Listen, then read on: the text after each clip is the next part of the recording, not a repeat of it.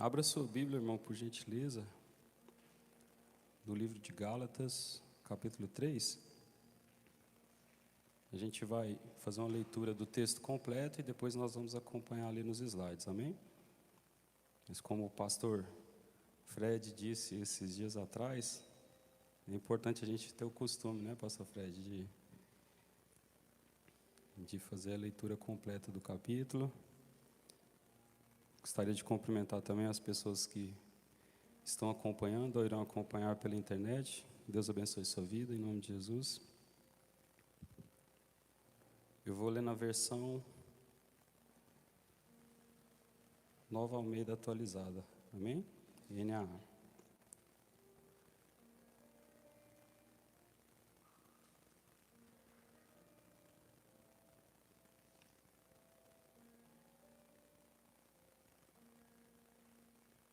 Todos encontraram? Amém? Paulo apela para a experiência dos Gálatas. Ó Gálatas insensatos, quem foi que os enfeitiçou? Não foi diante dos olhos de vocês que Jesus Cristo foi exposto como crucificado? Quero apenas saber isto: vocês receberam o Espírito pelas obras da lei ou pela graça da fé? Será que vocês são tão insensatos que, tendo começado no Espírito, agora querem se aperfeiçoar na carne? Será que vocês sofreram tantas coisas em vão, se é que na verdade foram em vão? Aquele que lhes concede o Espírito e opera milagres entre vocês, será que ele o faz pelas obras da lei ou pela pregação da fé? É o caso de Abraão, que creu em Deus e isso lhe foi atribuído para justiça. Saibam, portanto, que os que têm fé é que são filhos de Abraão. Ora, tendo a Escritura previsto que Deus justificaria os gentios pela fé, pré-anunciou o Evangelho a Abraão, dizendo: em você serão abençoados todos os povos. De modo que os que têm fé são abençoados com o crente Abraão. Pois todos os que são das obras da lei estão debaixo de maldição, porque está escrito: maldito todo aquele que não permanece em todas as coisas escritas no livro da lei para praticá-las. E é evidente que pela lei ninguém é justificado diante de Deus, porque o justo viverá pela fé. Ora, a lei não procede de fé, mas aquele que observar os seus preceitos por eles viverá. Cristo nos resgatou da maldição da lei, fazendo-se Ele próprio maldição em nosso lugar, porque está escrito: maldito todo aquele que for pendurado em madeira, para que a bênção de Abraão chegasse aos gentios em Cristo Jesus, a fim de que recebêssemos pela fé o Espírito prometido. Irmãos, falo em termos humanos. Ainda que uma aliança seja meramente humana, uma vez ratificada, ninguém a revoga ou lhe acrescenta coisa alguma. Ora, as promessas foram feitas a Abraão e ao seu descendente. Não diz e aos descendentes, como falando de muitos, porém como falando de um só, e ao seu descendente, que é Cristo. E digo isto: uma aliança já anteriormente confirmada por Deus não pode ser revogada pela lei, que veio 430 anos depois, a ponto de anular a promessa.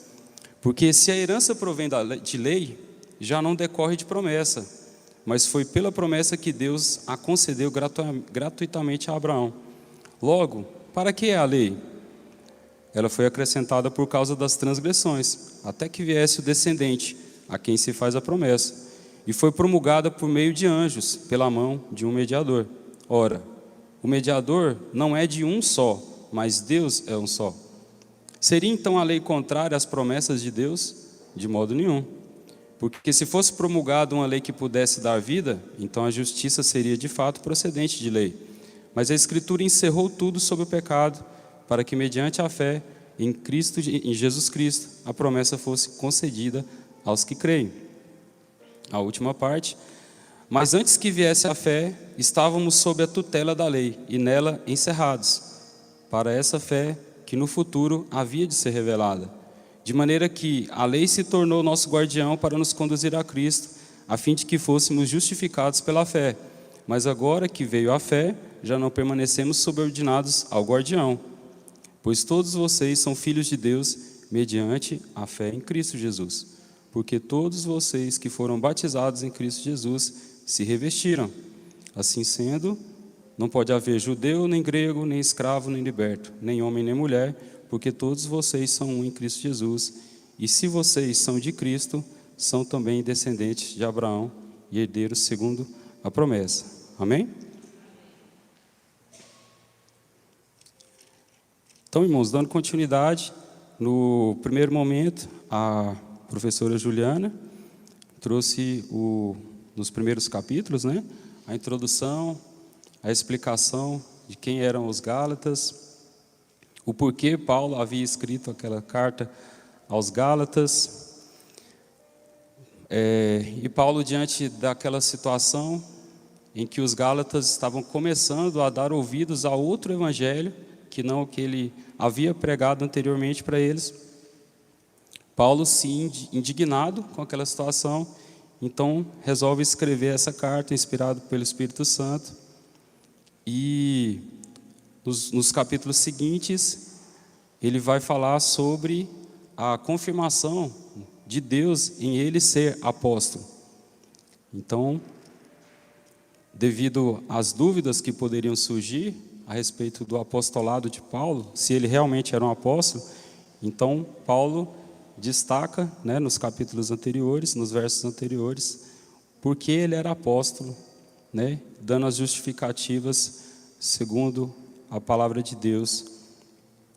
E aqui no capítulo 3, ele vai começar a explicar então, né, e a questionar os Gálatas o porquê eles estavam se desviando do evangelho que ele pregou a eles, que era o evangelho por meio da fé.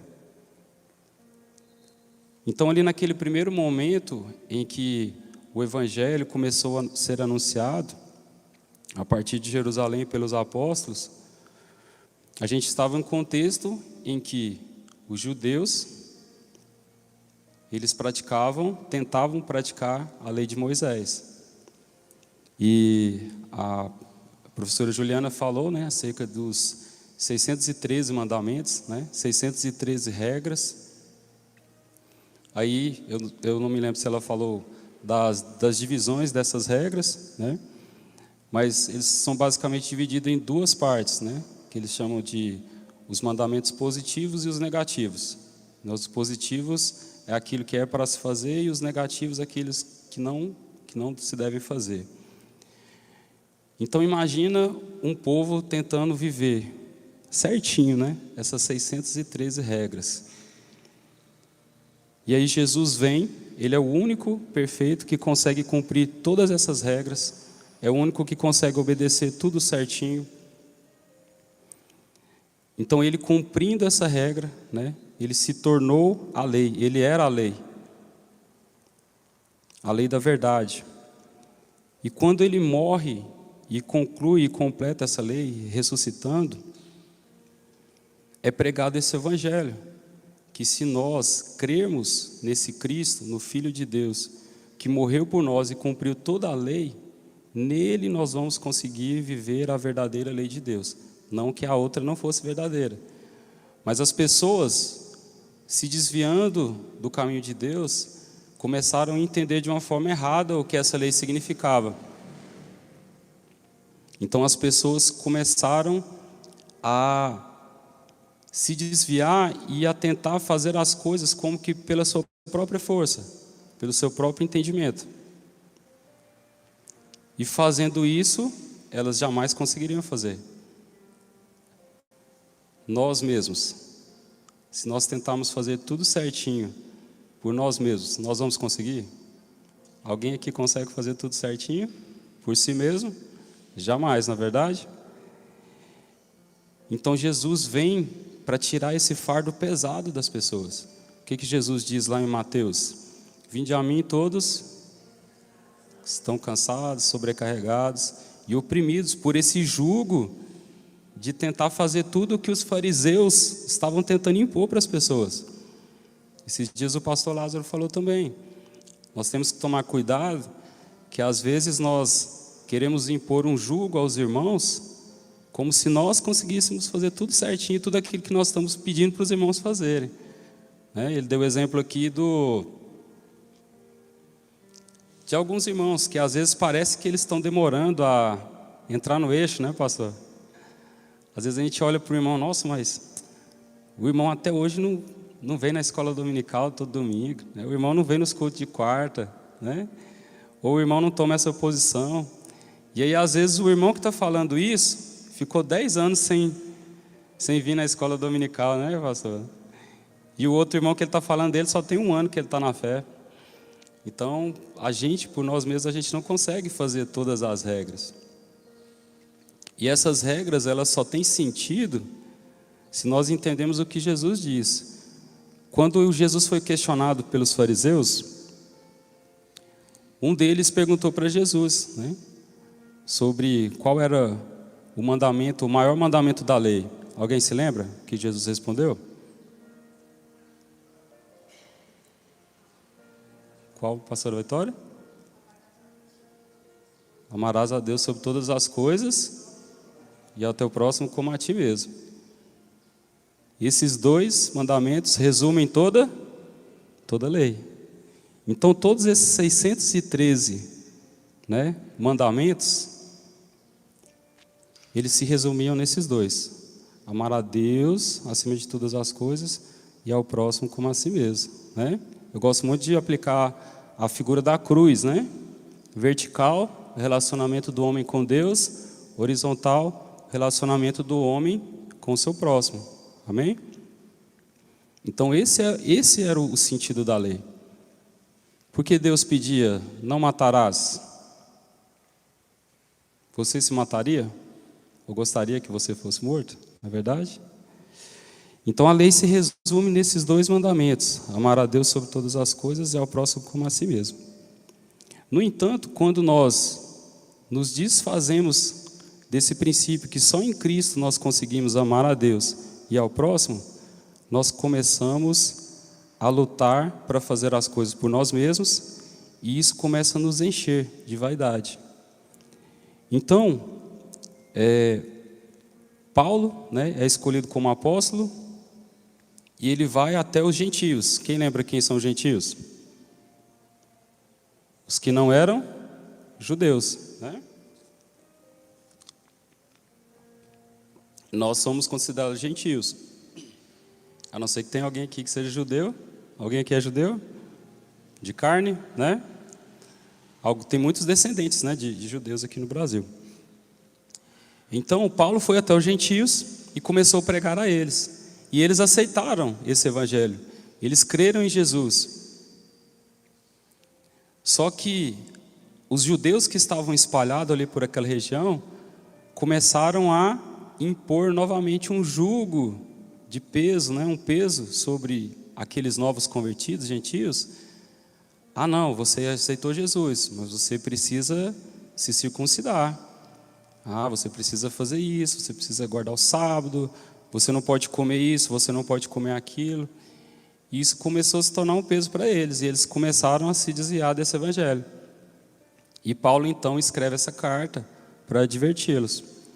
Vamos então voltar lá no versículo 1. Coloca lá para mim, por favor, Daniel, naquele dos slides que eu coloquei, para a gente acompanhar versículo a versículo. Volta só um, por favor. Então lá, do versículo 1 ao 6, vai falar sobre a primazia da fé sobre a lei, a superioridade da fé sobre a lei. Amém? Então lá no versículo 1, olha só, Paulo não está nada satisfeito com eles, né? Ele já chega falando, ó Gálatas, insensatos, quem foi que os enfeitiçou? Olha que palavra forte. Na nova tradução da linguagem de hoje diz, ó Gálatas, sem juízo, quem foi que enfeitiçou vocês? Não foi diante dos olhos de vocês que Jesus Cristo foi exposto como crucificado? Então ele vai explicar aqui que Será que eu não fiz uma descrição perfeita de como Jesus foi crucificado, como se ele tivesse sido crucificado diante de vocês? Porque provavelmente aqui os gálatas não presenciaram a morte física de Jesus. Mas Paulo, ele falou de uma maneira, que deu a entender aqui no texto, que foi como se eles estivessem lá. Versículo 2. Quero apenas saber isto: vocês receberam o Espírito pelas obras da lei ou pela pregação da fé? Então nós recebemos o Evangelho porque nós somos bons, porque nós fazemos coisas boas. A palavra não diz que quando nós estávamos mortos em nossos delitos, né, e pecados, o Senhor nos alcançou? Versículo 3. Será que vocês são tão insensatos que, tendo começado no Espírito, agora querem se aperfeiçoar na carne? Aqui na NTLH vai dizer: como é que vocês podem ter tão pouco juízo? Vocês começaram a sua vida cristã pelo poder do Espírito de Deus e agora querem ir até o fim pelas suas próprias forças. Então isso aqui é um apelo muito sério para a gente. Quantas vezes nós tentamos a nossa caminhada com Cristo com as nossas próprias forças? E às vezes nós nos cansamos, e é claro que nós vamos nos cansar, porque a nossa força vem do Senhor. Se a gente começar a deixar o Senhor de lado e tentar dizer: não, Senhor, eu consigo fazer sozinho. Não, Deus, eu consigo pregar sozinho, pode deixar. Não vou nem orar, né, pastor? Vou nem orar, eu já sei estudar, eu comprei um comentário bíblico do livro de Gálatas, já estou começando a entender um pouquinho de grego. Não, eu vou ler sozinho aqui, eu não preciso de orar, não. Já sou crente mesmo, já aceitei Jesus, o Espírito Santo está em mim, não preciso nem de pedir a ajuda dele de novo. Não é perigoso isso, irmãos? É? Ah, não, já sei tocar, vou continuar estudando, não. O que eu já sei já é o suficiente, né? A gente sempre precisa estar dependente do Senhor, não é, pastora Vitória? O apóstolo Lázaro tem quantos anos de ministério, pastor? Mais de 40? Mais de 40, né? E o pastor, ele testemunha todos os dias de madrugada, né?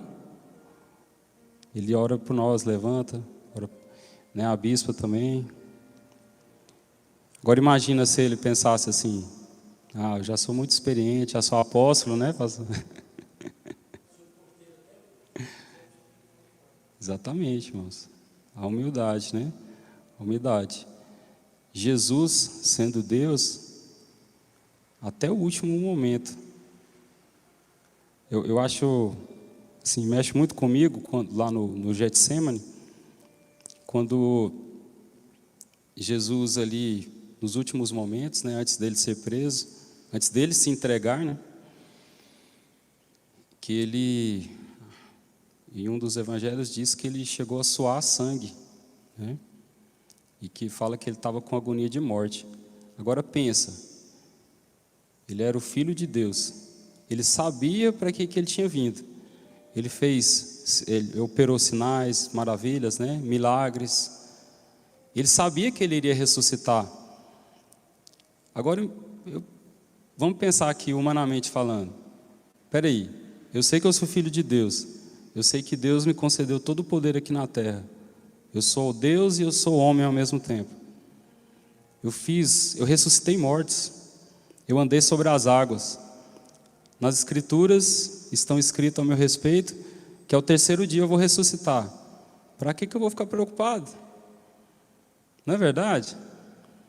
E ainda assim Jesus falou: Senhor, se possível, afasta de mim esse cálice, né? Para mim isso é um alívio, quando eu estou diante de uma situação em que gera dúvida no meu coração: Senhor, mas será que eu tenho que fazer isso mesmo? Senhor, será que eu tenho que ir lá mesmo, confessar esse pecado para o irmão, consertar com ele? Senhor, mas será que precisa mesmo eu fazer isso? Eu sei que está escrito aqui na sua palavra, mas parece que é tão difícil. Eu sei que o Senhor prometeu que eu vou ser curado, né, se eu fizer isso daqui. Mas é tão difícil, não é verdade, irmãos? Sei que todos aqui, né, são assíduos à escola bíblica dominical. Provavelmente todos aqui já leram a Bíblia mais de uma vez inteira. A gente sabe o que está escrito aqui. A gente sabe das promessas do Senhor. Mas a gente não consegue fazer isso por nós mesmos. Por isso que Jesus suou sangue. Por que a gente também não vai fazer isso? Às vezes a gente tem que tomar cuidado para que a pregação da graça não anule o sofrimento que a gente tem que passar. Mas aí esse sofrimento que a Bíblia fala aqui é o mesmo sofrimento de Cristo. O que vai falar lá em Hebreus? Que Jesus, como homem, aprendeu a obedecer a Deus através do sofrimento. É o sofrimento que ensina a gente a obedecer. Não é assim com os nossos pais? Não é, Sara? Não foi sofrendo que você aprendeu a obedecer sua mãe? Você fala, minha filha, não toca aí não, que você vai queimar. Aí você vai e toca e queima, ainda leva umas palmadinhas, né? É através do sofrimento que a gente aprende a obediência, irmãos, não tem jeito. Né? O apóstolo Lázaro, a bispa Darcy, chama a atenção, senta no banco, puxa a orelha. É sofrido, né? Para a pessoa que está ouvindo a repreensão. Mas em Hebreus também fala que, a princípio, a repreensão ela desce amargo, mas depois ela produz frutos para a vida eterna. Amém? Próximo versículo. Será que vocês sofreram tantas coisas em vão? Então, olha, se é que na verdade foram em vão. Então, está vendo? O sofrimento, ele nunca é em vão. O sofrimento em Cristo, né? Não aquele sofrimento daquilo que a gente fez de errado. Esse sofrimento daquilo que a gente fez de errado é consequência. Eu falo sofrimento de você estar no caminho certo, sendo perseguido pelas coisas certas, né? Então, imagina esse sofrimento que os gálatas estavam sentindo, né, passando por ele, por estarem seguindo o evangelho pela fé. E aí as pessoas em volta começavam a criticar eles.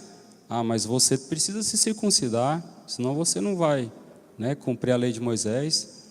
Não, Jesus é o Filho de Deus, mas você precisa continuar seguindo as regras aqui dos judeus também. Versículo 5.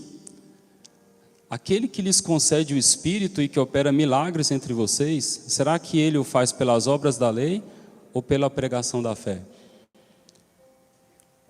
Isso aqui é importante também, irmãos, porque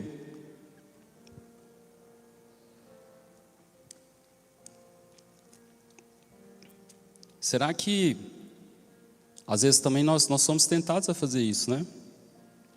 Ah, eu vou fazer uma campanha aqui de 7 semanas. Não estou falando nada contra campanhas, tá, irmãos? Mas assim, o entendimento. Eu vou jejuar 7 dias para eu ser curado dessa enfermidade que eu tenho. Já tem 10 anos que eu tenho uma enfermidade, mas agora eu vou jejuar 7 dias e aí Deus vai me dar a cura. Como se fosse uma moeda de troca. Nós, como os cristãos maduros, aqui hoje presentes, eu creio que nós sabemos que o jejum não é para mudar Deus. O jejum é para mudar a gente, não é verdade? Eu jejuo para quebrantar a minha carne, igual Jesus fazia. O que Jesus falou? Ide por todo mundo, pregar o evangelho, ensinando-vos a guardar as coisas que eu vos ordenei. Então, tudo que Jesus fazia, pela graça de Deus, a gente busca para que a gente consiga fazer também. Então, Jesus orava, Jesus jejuava. Então, às vezes, nós queremos, né, pelas obras da lei, né, por si só, a gente quer comprar a bênção. Ah, não, Senhor, mas eu sou tão fiel ao Senhor, né? Dá o exemplo de novo. Eu vou toda a escola bíblica dominical, eu deixo meu parente lá em casa e venho toda a escola bíblica. Por que até hoje o Senhor não me abençoou naquilo que eu tenho te pedido tanto? Aí Jesus olha assim, mas peraí, você está fazendo isso como se fosse uma obra da lei. De certa forma é uma lei para a gente, não é? A gente faz parte da Igreja de Cristo Ministério Ateneu, e aí os líderes definiram, ó, todo domingo tem escola bíblica dominical. Venham, né? Sempre o pastor Fred não está colocando convite para a gente. De certa forma é uma lei, é uma regra. Então, se a gente olhar para isso como uma regra meramente humana, e a gente não entender o amor por trás desse chamado, qual que é o amor por trás desse chamado? Por mais que todos os domingos a gente esteja repetindo palavras que vocês, de certa forma, já sabem e já leram, qual que é o amor por trás disso? O Senhor diz lá em Josué, medita, e em Salmos primeiro também, Salmo primeiro, medita dia e noite na palavra.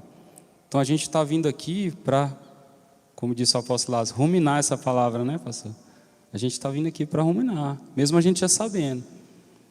Porque às vezes a gente esquece. A parábola do semeador. O que Jesus diz? Que algumas sementes caíram à beira do caminho. Veio o diabo, né? Veio o inimigo e as roubou. Então a gente está aqui com o coração aberto, como terra fértil, cuidando e zelando dessa semente. Fala, Senhor, não deixe o inimigo roubar essa palavra de mim. Amém? Versículo 6.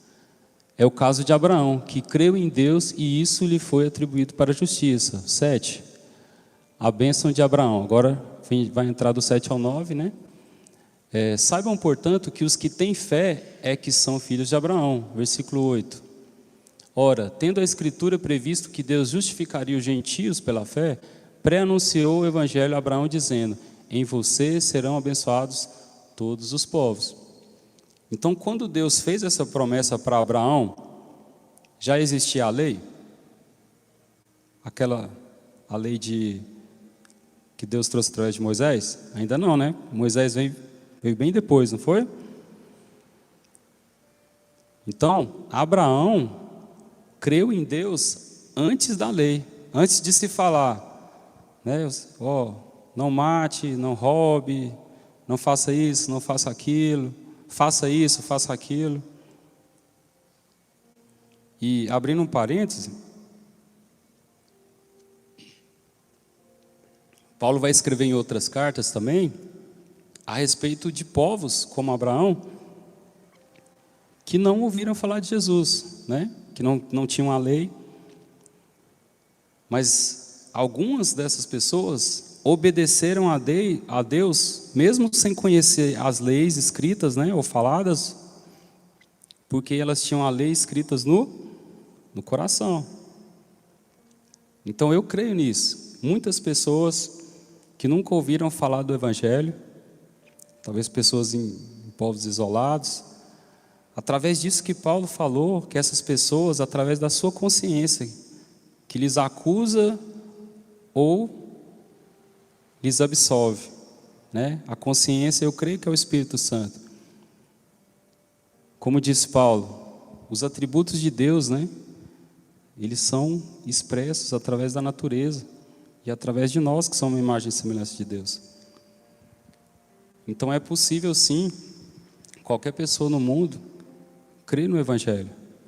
Nós não vemos aí testemunhos, né, de pessoas de outras religiões que viveram anos e anos na sua cultura, né, na sua religião, mas são pessoas que ouvem, de certa forma, as vozes de Deus, e essas pessoas buscam verdadeiramente a Deus, mesmo sem saber o que é Deus ou quem é Deus, o nome de Deus.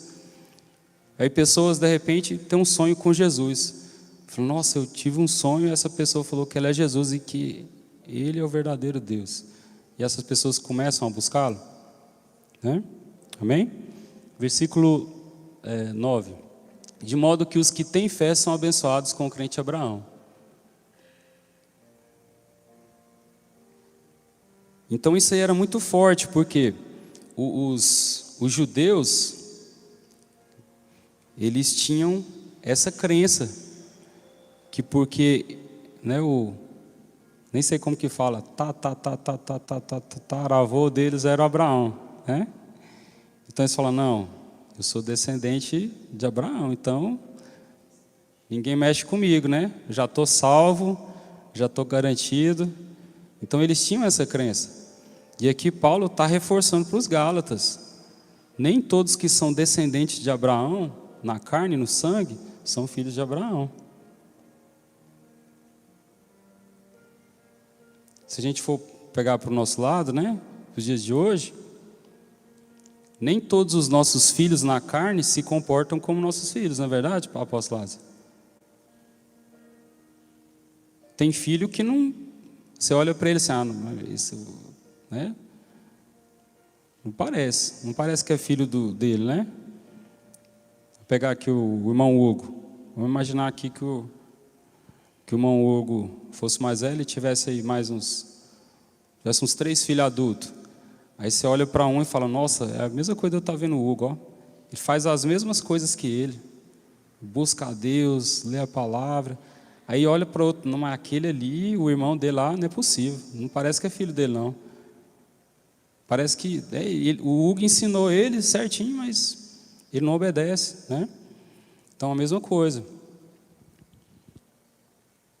Até porque, como que eles poderiam ser filhos de Abraão? Porque se eles não creem no Filho de Deus, né? Na expressão exata de quem é Deus, como eles poderiam ser filhos de Abraão? A maldição da lei, do versículo 10.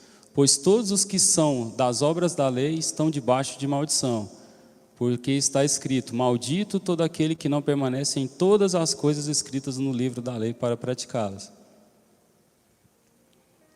Então, irmãos, para vocês verem o tanto que era rigoroso, vamos imaginar aqui que a irmã Adaias seguia 612 mandamentos. Ficou faltando um, não ficou? Ela era considerada maldita. Ela tinha que praticar todos os rituais, né? Dependendo do pecado.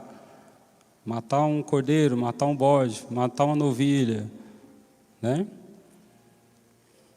Então ela estava sempre presa a esses rituais. Sempre presa. Sempre tendo que sacrificar, sempre tendo que fazer os rituais de purificação.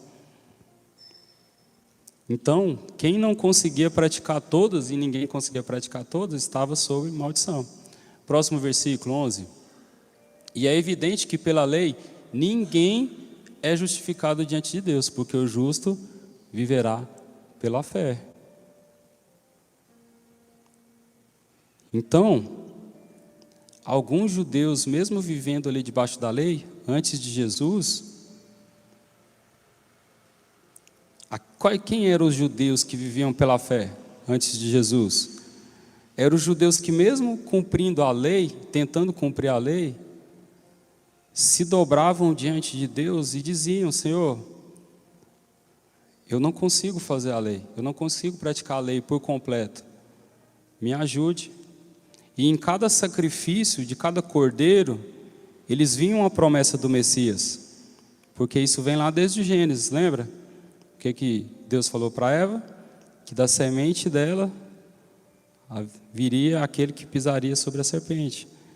Então eles tinham conhecimento do Messias, né? do Cristo que viria para salvá-los. Então os crentes que tinham fé, né? Os judeus que tinham fé eram aqueles que não depositavam na lei, no cumprimento da lei, a salvação deles. Mas que apesar de cumprirem a lei, sabiam que eles iam cumprir a lei, não para eles serem aceitos por Deus, mas porque Deus os havia aceitado, eles em gratidão se entregavam a Deus para que Ele os ajudasse a cumprir a lei. Então existe uma diferença grande aqui, irmãos.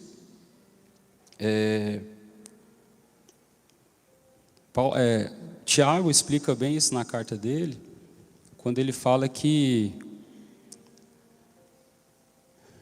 me mostre como que nós podemos mostrar as nossas fés sem obras. Tem como? Tem como eu falar que eu creio em Jesus se eu não amo o meu irmão? João até fala, aquele que odeia o seu irmão está em trevas. Então não tem como. Eu estava até ouvindo um testemunho esses dias de um homem que estava numa cadeira de rodas e ele e os irmãos da igreja orando. Foi uma situação onde que várias pessoas foram curadas e os líderes daquele lugar ali estavam indignados. Falaram, gente, mas não é possível. E aí Deus trouxe, né, o entendimento ao pastor e falou, enquanto ele não liberar perdão, ele não vai ser curado. E aí esse pastor foi e conversou com ele. Falou, olha, você quer ser curado? Ele falou, quero.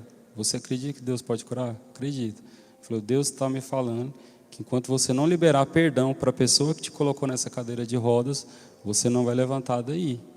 Porque você prometeu que o dia que você levantasse daí, você ia se vingar dele, ia matar ele. Pois a pessoa, infelizmente, ela falou, não libero perdão. Não vou liberar perdão. E essa pessoa não foi curada. Então não tem como nós demonstrarmos a nossa fé sem as obras. Só que uma coisa vem antes da outra. E aí é importante nós nos policiarmos. Por que eu venho todo domingo na escola dominical, sempre que eu posso? Eu venho para ser salvo e ser aceito diante de Deus? Ou para me fazer melhor do que os meus irmãos? Se eu vier com esse entendimento, eu estou caminhando para um caminho de perdição. Eu estou indo para debaixo da maldição da lei. Mas se eu entendo, eu falo, nossa, Deus me ama tanto. Deus quer me ensinar tanto. Deus me deu os meus irmãos para eu ajudar e para eu ser ajudado por eles. Então eu vou para a escola dominical, não para eu ser aceito por Deus, mas porque eu já fui aceito por Deus na sua misericórdia. Eu vou para eu entrar em comunhão com os irmãos, para eu aprender, para eu ensinar. Não é só quem está aqui que ensina. Quando a gente está ali conversando com vocês, né, nos bastidores, a gente está aprendendo com vocês também. Não é, bispa? A gente não aprende um com os outros? Ali no saguão, nos corredores, nas conversas, nas cadeiras. Todos os dias. Amém? Versículo 12. Ora, a lei não procede de fé, mas aquele que observar os seus preceitos, por eles viverá. 13. Cristo nos resgatou da maldição da lei, fazendo-se Ele próprio maldição em nosso lugar. Porque está escrito, maldito todo aquele que for pendurado em madeiro.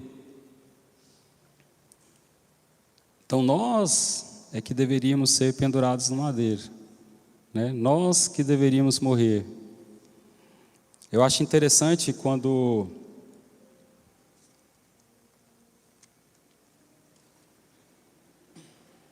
lá em Gênesis,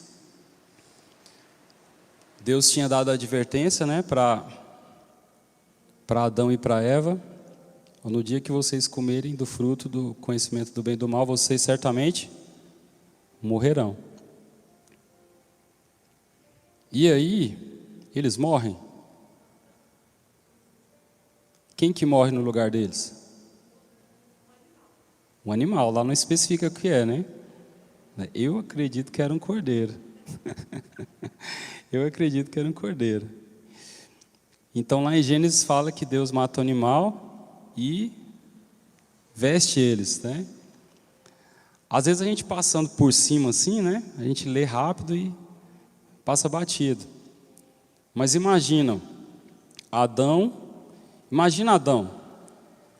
Qual a tarefa que Deus deu para Adão? Cuidar do jardim. Quem lembra de outra tarefa que ele deu para Adão, lá no jardim? Colocar nome nos animais. É engraçado, esses dias o irmão Júlio, do supermercado Alves ali, ele estava bem assim, bem abatido, bem abalado, porque 2 animais de estimação dele, um atrás do outro, morreu, né? E aí ele até falou assim, nossa, irmão Cleiro, complicado isso, né? E eu estava até pesquisando na Bíblia, a gente vê, né? Em Provérbios mesmo tem um versículo que fala, né? O cuidado de Deus para com os animais, em Salmos também vai falar. Deus criou tudo, né? Deus ama tudo. Ninguém cuida mais da criação do que Deus, e ninguém sente mais do que Deus a falta de cuidado que nós temos com a natureza, né? E uns com os outros. E aí, no sábado passado, uma calopsita lá de casa morreu. Eu não imaginava que a gente ia sentir tanto como a gente sentiu. A gente lembra, né, dos momentos assim, junto com o bichinho. E aí eu fico pensando, né? Quando Jesus fala lá em Mateus que nós não somos muito mais importantes do que os animais, e Deus tem cuidado de vós. Agora imagina, Adão que nunca tinha visto ninguém morrer, né? Nenhum animal. Imagina, se a gente se apega a um cachorrinho, a um gato, né? a um periquito, a uma calopsita. Imagina Adão, que teve o privilégio de ver todos os animais possíveis e dar o nome a todos eles. Aí, de repente, ele pensa assim, nossa, agora eu vou morrer, né? Vou morrer. Aí Deus vai e pega lá um outro animal, eu acredito que seja um cordeiro, e aí Deus mata esse animal na frente dele. Na Bíblia não fala se Deus falou ali ou não, mas vamos imaginar um pouquinho que Deus falou, Adão, esse cordeiro vai morrer no seu lugar.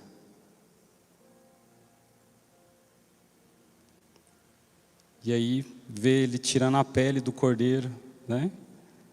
E confeccionando uma roupa para ele. E quando ele veste aquela roupa, cobre a vergonha dele, né? Porque eles agora já não tem mais aqueles olhos inocentes que eles tinham. E quando eles vestem aquela roupa, eles são aceitos diante de Deus, porque eles não morreram, né? Porque lá na frente não vai falar que Abel dava uma oferta para Deus? Com quem que Abel aprendeu isso? Com Adão. Adão deve ter ensinado para ele. Ou seja, Adão era crente. Adão converteu, né? Se arrependeu. Então, maldito todo aquele que for pendurado no madeiro, né? A maldição da morte. Então Jesus tomou essa morte para a gente desde lá do princípio, né? A palavra do Senhor diz que Jesus foi o primeiro a morrer, porque antes de criar todas as coisas, Ele voluntariamente se ofereceu para morrer. Então, apesar de só, né, 2000 anos depois, mais ou menos, que Jesus concretizou essa morte, né, sobre Ele, mas, como Ele é antes de todas as coisas, e como Ele já decidiu morrer antes de tudo, Ele é considerado o primeiro a morrer. Então, Ele é o primogênito na morte também, né? Então, Ele fez maldição em nosso lugar. Versículo 14. Para que a bênção de Abraão chegasse aos gentios, né, aos não-judeus, em Cristo Jesus, a fim de que recebêssemos pela fé o Espírito prometido. Glória a Deus. Versículo 15. A prioridade e a permanência da promessa. Irmãos, falo em termos humanos. Ainda que uma aliança seja meramente humana, uma vez ratificada, ninguém a revoga ou lhe acrescenta coisa alguma. Deixa eu ler aqui na versão Nova Tradução. Versículo 15, né? Vou usar um exemplo da vida diária. Quando duas pessoas combinam alguma coisa e assinam um contrato, ninguém pode quebrá-lo ou acrescentar qualquer coisa a ele. Então não é assim? Quando a gente vai no cartório, registra lá a assinatura firme, carimba, quem quebrar esse contrato, o que acontece? Aí depende do contrato, né? Antigamente era só na palavra, né, pastor Lázaro? A gente ouve falar isso, né, os nossos pais. Antigamente falou, não precisava ir no cartório nada. Eu chegava lá, irmão Valmo, quanto que o senhor vende esse negócio aqui? É tanto. Tá, então tá fechado comigo? Não vende para ninguém. Aí o irmão Valmo falava, não vou vender para ninguém. Eu ia para casa tranquilo e calmo, confiando na palavra de homem do pastor, do irmão Valmo. Não é verdade? Hoje em dia a gente sabe que não é bem assim, né, mano? Viu uma oferta melhor, opa, vou vender aqui ele, né? Então, olha o valor da promessa. Versículo 16. Ora, as promessas foram feitas a Abraão e ao seu descendente. E ali vai explicar o quê? Quando nós vemos literalmente, quem que era o descendente de Abraão na época? Que descendente que era esse? Quem que foi o filho de Abraão? Isaac, né? Mas profeticamente estava se referindo ao descendente que iria nos salvar. Quando Abraão foi sacrificar Isaac, Em Hebreus vai falar que Abraão, lá em Gênesis a gente não vê isso escrito, mas em Hebreus a gente vê escrito o quê? Por que Abraão levou Isaac? O que consolou o coração de Abraão? Que eu acredito que Abraão sofreu igual Jesus sofreu, né? Ali no Getsemane, quando Jesus fala: Senhor, se possível, afasta de mim esse cálice. Eu também não acredito que foi assim: Abraão, eu vou te pedir o seu filho em sacrifício. Ah, beleza, Senhor. O Senhor é meu amigo, vou lá oferecer meu filho em sacrifício. Eu não acredito que foi assim. Eu acredito que foi duro para Abraão. Ele relutou, mas o que eu acredito que consolou Abraão? Lá em Hebreus fala que Abraão entendeu, né? Que Deus era poderoso para ressuscitar Isaac. Aí Abraão foi lá com o coração fervoroso. Ele falou: eu vou sacrificar Isaac, mas Deus vai ressuscitar ele. Só que aí, né, o anjo veio, né, impediu ali. O que Abraão falou antes para Isaac? Quando Isaac perguntou, né? Pai, eu vejo aqui, né, o cutelo, né? O que é o cutelo lá? É uma faca, né, pastor? O cutelo antigamente era a faca, né? Para fazer o sacrifício. Vejo a lenha, vejo o fogo, mas eu não vejo o cordeiro, né? O que Abraão falou? Quem lembra? Deus proverá para si o cordeiro. Amém? Então esse cordeiro, né, é esse descendente que é Cristo. Versículo 17. Você falou aí, né? Falando sobre a fé, né? Se você observar aí, antes do que você falou aí, sobre isso aí na Bíblia, né? Abraão fala para os servos deles. Aí eles perguntam: onde o senhor vai? Eu vou lá em cima, né? No monte. Eu vou, aí ele fala no plural: irei e voltaremos. Olha a fé. Ele não falou irei e voltarei. Ele sabia que ia trazer o filho de volta. Ele não ia ser sacrificado. Olha que importante a gente vir na escola dominical. Eu nunca tinha prestado atenção nesse detalhe, tá vendo? Tá vendo? Que bênção, né? Amém, irmãos? Vamos ficar aqui no 17. No domingo que vem, se Deus quiser, a gente dá continuidade. Vamos ficar em pé?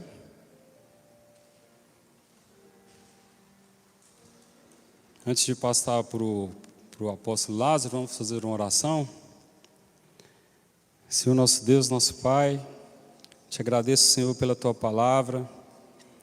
Obrigado, Senhor, por se revelar a nós, Senhor, por revelar a graça, Senhor, através da Tua palavra, Senhor, através do sacrifício de Jesus, que se fez maldição em nosso lugar.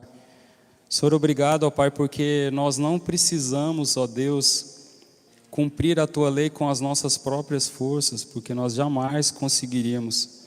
Nós jamais conseguimos, Senhor, fazer aquilo que é certo sem o Teu auxílio, sem a Tua força. Por isso que é pela graça, Senhor. O Senhor nos amou tanto, ó Pai, nos amou tanto, que o Senhor providenciou tudo para nós. O Senhor não nos obriga, Deus, a fazer nada, Senhor, como se nós fôssemos, ó Deus, seres sem autonomia, Deus. O Senhor não nos controla como se fôssemos robôs. O Senhor nos dá a responsabilidade para decidirmos, ó Pai. Mas é o Senhor que nos dá a força, ó Pai. É o Senhor que nos dá a graça, Senhor. Quando nós nos rendemos a Ti, a fazer a Tua vontade.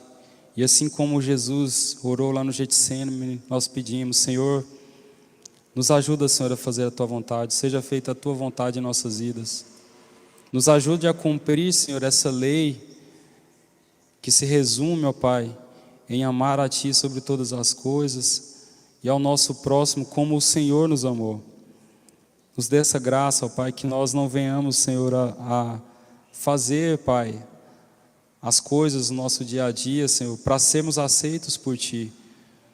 Mas nos dê o entendimento, ó Pai, de que porque fomos aceitos por Ti, nós podemos retribuir isso, ó Pai, fazendo aquilo que o Senhor já preparou para nós de antemão, como a Tua palavra que diz, que o Senhor preparou de antemão boas obras para que as fizéssemos, e para que nós, fazendo essas boas obras que o Senhor nos capacitou a fazer, outras pessoas pudessem ver e pudessem glorificar o Teu nome. Capacita, Senhor, cada um dos nossos irmãos, a mim, a fazermos, ó Pai, as Tuas boas obras, Senhor. Obrigado mais uma vez. Escreve, Senhor, essa lei do amor nos nossos corações. Escreve, Senhor, essa lei, que a nossa fé, ó Pai, seja como Jesus disse, como um grão de mostarda que vai crescendo e que vira uma grande árvore, Senhor, e que essa árvore serve, Senhor, para abençoar as pessoas, frutos que dão alimento para as pessoas, o fruto do Espírito, que as nossas folhas, Senhor, sirvam de remédio, Senhor, para curar as pessoas, e que nós sejamos sombra, Senhor, para dar alívio ao cansado, Pai, através do Senhor. Em nome de Jesus eu te agradeço, Pai. Amém, Senhor. Amém. Pastor Lázaro, encerrar. Podeis assentar, irmãos.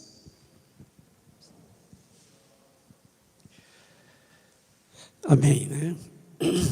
Glória a Deus. Nós vamos estar orando pelos nossos missionários, né? Amém? Pai querido, nós te louvamos, te agradecemos, ó Deus, pela palavra que foi falada, ó Deus, através da tua palavra. Obrigado pelo professor, irmão Cleiro, obrigado pelos ouvintes.